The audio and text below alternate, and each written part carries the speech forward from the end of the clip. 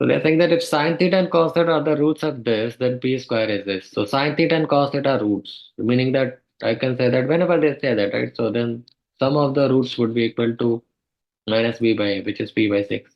This is my equation 1. Okay. Then what will be my sine theta into cos theta? Product of roots would be 1 by 6 c by a. This will be my equation 2. Okay.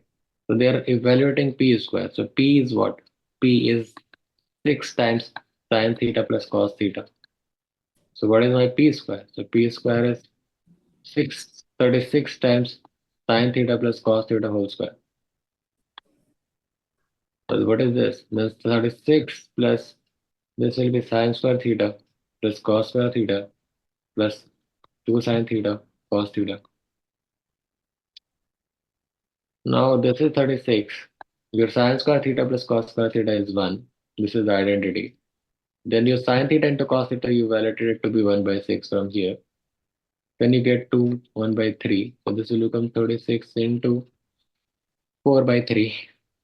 So this will become 12. This will become 48. Okay, so this is what is your answer.